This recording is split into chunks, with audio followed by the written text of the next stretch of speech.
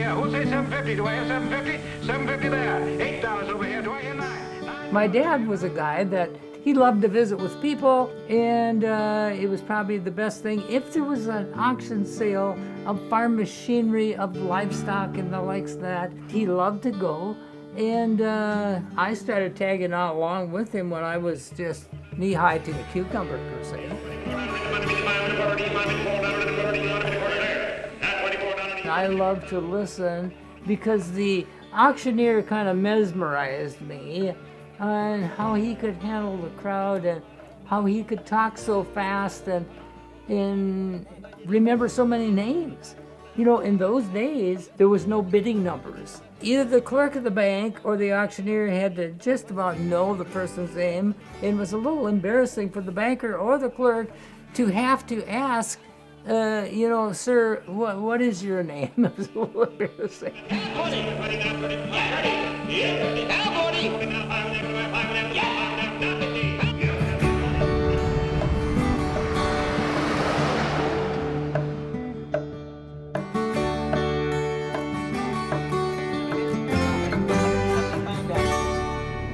All right, here we go. 100, now 25.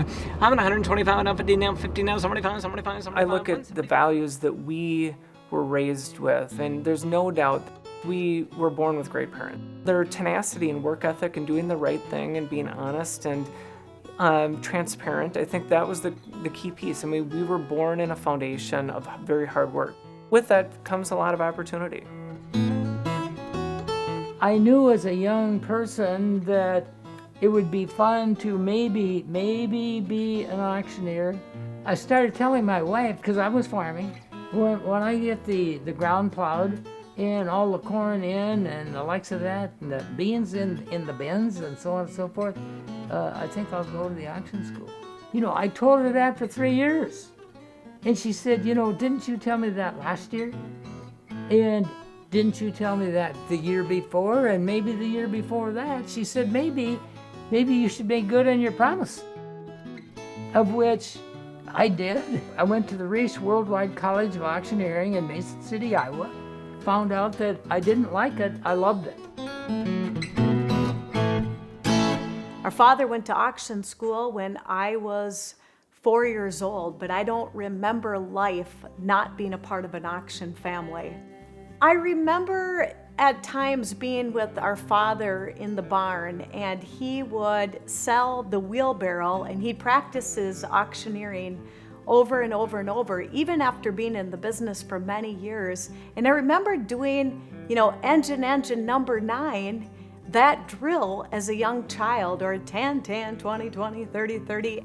There was something about it. I could feel it in my bones that someday I wanted to do this. I got a break in the business of auctioneering, not immediately right away, but shortly after I went. An auctioneer from Benson, his name was Abner Jacobson. I asked him for a job, and here's how he talked. Now I'll tell you, Dale, I got a lot of people here right now that want to work. So it didn't look too good, but 6 months later, I went back and talked to him again. 3 months later after that, I went back to him, talked to him again. And finally, I asked him, I used a little different concept, and I said, if I ever get a sale of my own, could I ask you to come and help me with the sale? I'll try to help you and get you started.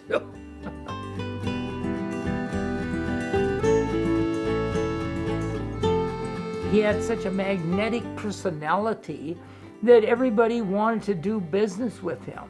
Everybody liked the guy. And there's one thing about being an auctioneer or about being a salesperson.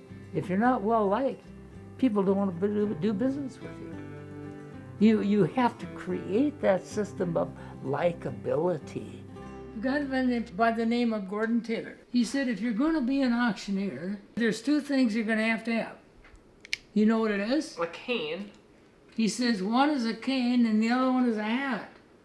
And if you want to be successful, and I wore that with me, then when the head started really going bald, I figured that was a good cover-up for the thing.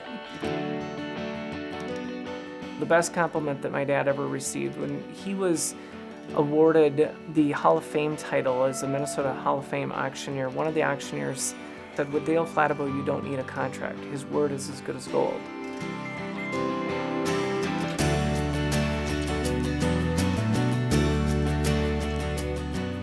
After our father's first heart attack, my brother Glenn and I decided pretty much overnight, if this business is going to continue, we need to step out and we need to go make a difference and serve clients.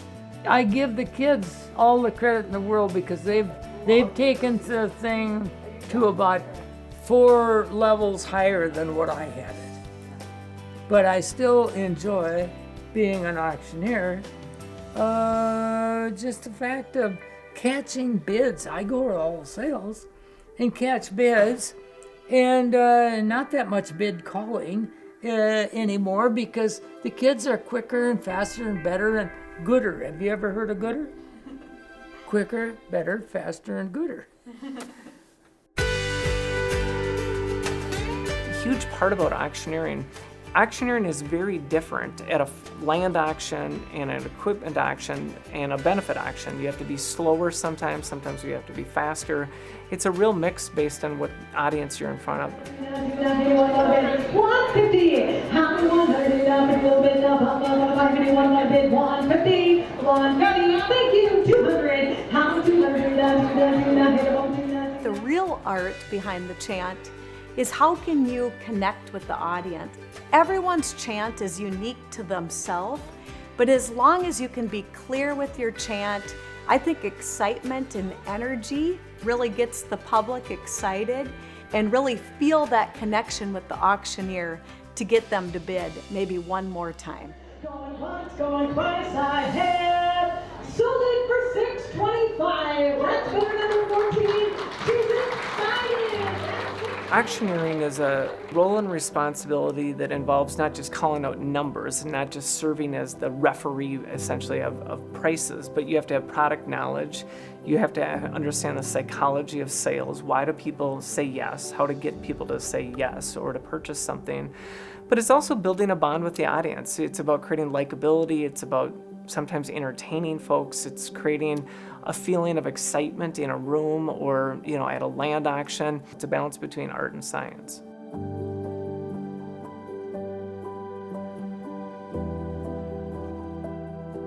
I believe we're really not in the auction business. We're in the people business for both of our businesses. Whether we're selling a farm or we're raising money for a nonprofit, a big part of our job is to tell a story of why this particular either piece of real estate or this item is of significance. The years have gone quickly. We've grown a lot. We've served many clients, but I would have never dreamt that I would be serving clients across the world at times, or whether it's right here at our local convention center raising money for our hospital. I'm just so grateful. There they are coming out of gate 29 now, and what are you give on? There was a boy from Arkansas who wouldn't listen to his mom when she told him that he should go to school. He'd sneak away in the afternoon, take a little walk, and pretty soon he'd wind up at the local auction barn. Abner always said, talking about age, he said, tell you Dale, he said, life is just like a roll of toilet paper. The closer you get to the end, the faster it goes. Which is true. And talking about the kids taking over the business, it's wonderful. Grace and I are so lucky, tremendously lucky to have children that want to be auctioneers, and knowing that they love the business is just, to me, it's amazing. We're so darn lucky. Auctioneers, $45 bid and a $50 William, make it 50 bid about 50 now, who bid about a $50 bid? $50 bid and a 55 William, bid a 5, bid a 5, bid a 55 now, who bid about a $55 bid? Sold that hard for a $50 bill.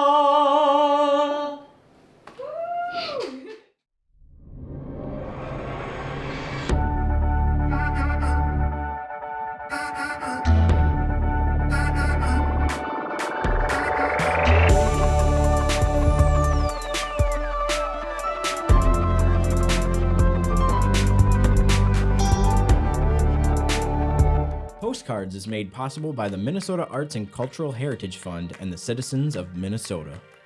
Additional support provided by Margaret A. Cargill Philanthropies, Mark and Margaret Yakel-Julien on behalf of Shalom Hill Farms, a retreat and conference center in a prairie setting near Windham, Minnesota.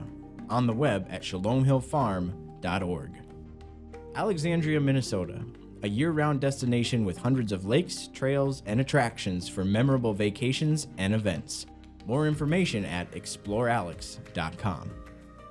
The Lake Region Arts Council's Arts Calendar, an arts and cultural heritage funded digital calendar showcasing upcoming art events and opportunities for artists in West Central Minnesota.